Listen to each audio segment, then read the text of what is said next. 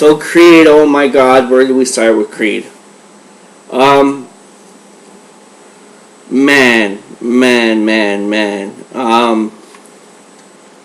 Wow. The film starts off with this lockdown sequence. It's a flashback to Adonis's younger years as a kid in juvie, after being bounced around from group home to group home.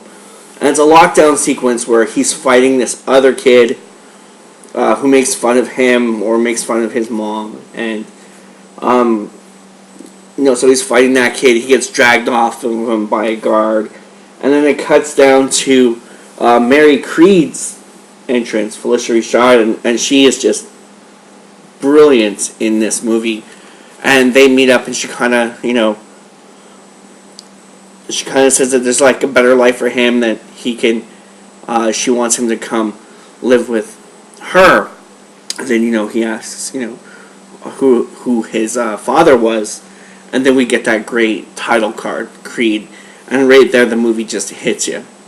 Like, full throttle, you're in. We cut to this Mexico fight sequence. Adonis is preparing to fight this other fighter in this kind of brawl-like scenario. And the manager and the other fighter are kind of looking down at Adonis, kind of giving them the intimidation act like it's no big deal. And we get a little bit of, Creed using that angst, or Adonis using that angst and walking out into the fight. Brilliant one-take fight where he takes down the other fighter and wins the purse.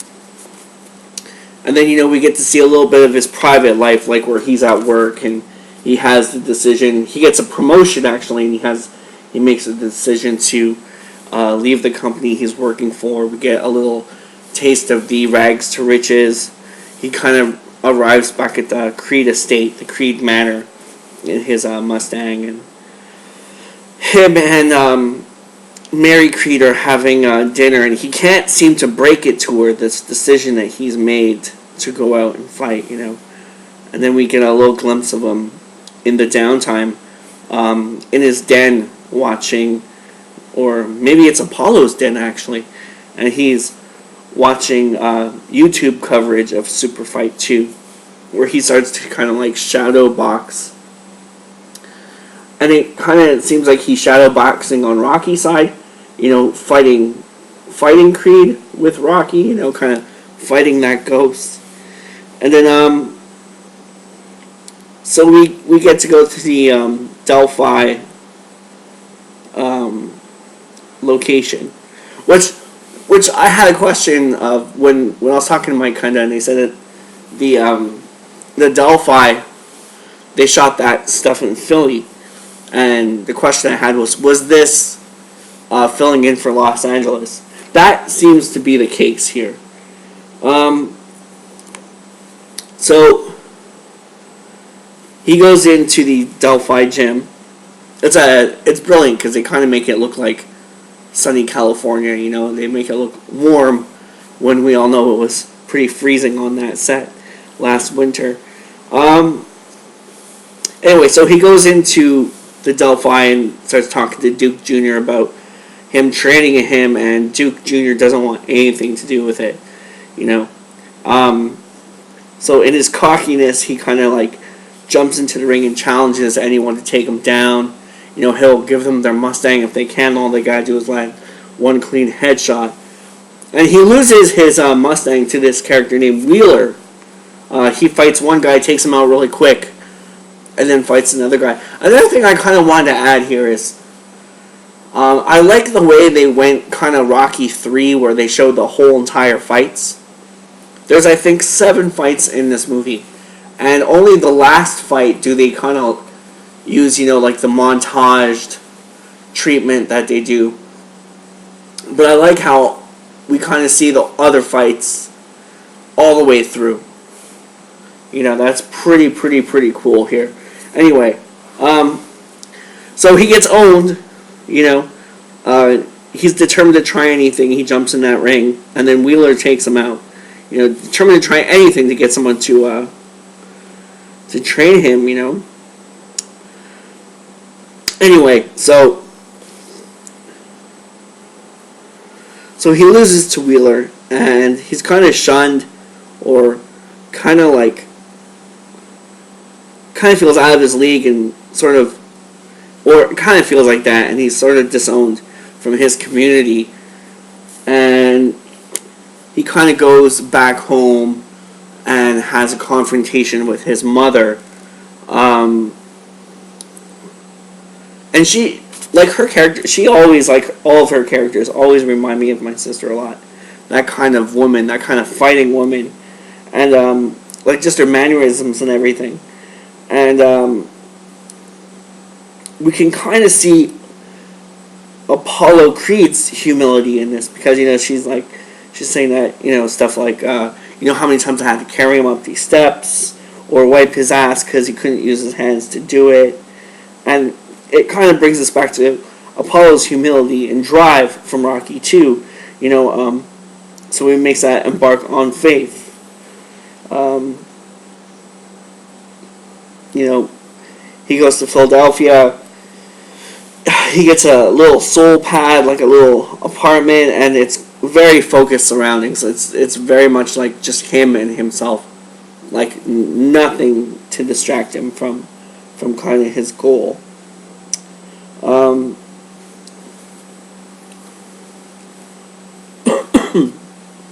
Yeah, so he visits the statue, and he ends up going to Adrian's restaurant, where he has this Rocky confrontation. It's revealed that the third fight was won by Apollo Creed. You know, the famous third fight between Rocky and Apollo at the end of Rocky 3, the ding ding. There's a little Rocky 5 chuckle joke, you know, like I don't do that anymore. Kind of nod to Rocky 5. So he kind of proves himself to Rocky, winning him over. And it brings me to the question of, in Rocky 2, how, you know, like that scene we see where Apollo's reading the hate mail, and there was these two other kids that run through. Like, what happened to these kids? You know, like, where were... There's no mention of these kids, so I hope if you know, Creed 2 and 3, I hope that they address that situation with the other kids. Anyway, and it kind of feels to me like this is a Rocky 4/Rocky 5 sequel, but at the same time it's like a coincide to a Rocky and a Rocky 2, you know, follow-up. Like a follow-up to Rocky and Rocky 2, and a direct sequel to Rocky 4 and Rocky 5. And this scene in Adrian's, I really love, like, the binaural soundtrack, like the score they got going. I'm a big fan of that type of music, so to see that in a Rocky movie was amazing. I think the whole soundtrack to this movie is phenomenal, right down to, like, Survivor coming back to do a new version of Eye of the Tiger, a very close mix to the Rocky 3 original tape. Just all the music in this, and the reworked Rocky themes are fantastic. So then we get the Ricky Connellan intro. You know, that talks about he has this prison sentence coming up, and he wants like a final fight, and it's scheduled so far with Wheeler, which is the guy who took down Adonis. So, you know, we cut down to Mighty Mix Gym, where now, you know, come to Philly, Adonis goes to seek guidance, and there's like a new runner of the place, and he's kind of con manish. His son's name is Leo, I believe. I can't remember his name, but he's Leo's father and trainer. Then he's coming home, and I didn't mention this before, but or I don't think I did. But when he's got this this new place, like this new apartment, he comes across a neighbor downstairs. Like one night he can't sleep because the music's blasting downstairs, and he goes down, and it's this deaf girl who's a musician, and she has progressive hearing loss, and it's kind of a feral meeting with her. You know, she doesn't really give him the time of day. So, and then she goes back to listening to her music really loud. And I guess he goes back to not getting a good night's sleep. So, coming home from the gym, he stumbles upon this club where she's performing in. So he sees her, you know, perform, doing her live music gig. And then we cut to this, you know, back at the gym, we cut to this TV news coverage of Connor and Wheeler set to fight, but they get into a fight at the weigh-in, and Connor takes a swipe at Wheeler. And I wonder if that was from the on-stage fight that they had going in the press. Probably not, but I'm probably mistaking it for that, from the actual shooting, from the actual scene. Anyway, so he comes up on Rocky, who's unloading his truck in the street outside Adrian's in the back, and he's like, "Hey, Unc, you know, you old ass gangster," kind of jokes, and you know he helps him with the offloading the truck, and he's dropping in, and he wants some hints because he's self-trained, as he says, and Rocky can relate, and they have a little bit more of an introduction, a better introduction, where Rocky kind of jokes around and calls him a woodpecker because he just never gives up, you know. So Rocky makes him like a drill paper, and then Adonis just kind of snaps a photo of it, and you know, like, because he asks Rocky for some drills, and it's really cool because Rocky's giving him this drills, and he's giving him like safe drills on how to not burn out quickly or not hurt yourself training. And he's walking away, and Rocky's like, "Don't you want the paper?" or something like that, and he's like, "No, it's already saved to the cloud." So Rocky kind of looks around, and he's like, "The cloud," you know, he doesn't know what the cloud is. But it's a funny little gag. And you know, so Adonis is really lonely. We get a montage of him calling home, and he goes to see Tessa or Bianca, and he's trying to get to talk to her, and there's this guy who walks by in the corridor, and he's kind of like, "Good luck with that, man." It's pretty funny, and they end up going for cheesesteaks, and they talk about her hearing loss and everything. And then we cut to next day, Rocky visiting Paulie and Adrian at their graves, and Rocky brings Paulie a nice little bottle of Mickey of booze, you know, and you know, wishes him a happy birthday. Which is kind of weird, which is kind of like another Rocky 4 nod, in a way. You know, because Apollo did die shortly after Paulie's birthday in Rocky 4, right? So there's kind of that timeline, like, you could kind of see that maybe Rocky would be thinking more about Creed in the upcoming weeks or months, you know. And I love how, like, Rocky sits there and he's got the chair in the tree, and he kind of reads to Adrian, you know, paying it forward, you know, giving back, because remember, like, in Rocky 2, how she taught him to read. And so that kind of became a very intimate thing between them, like how he would read her the book and how he read her the letter and the poetry when she was in the hospital.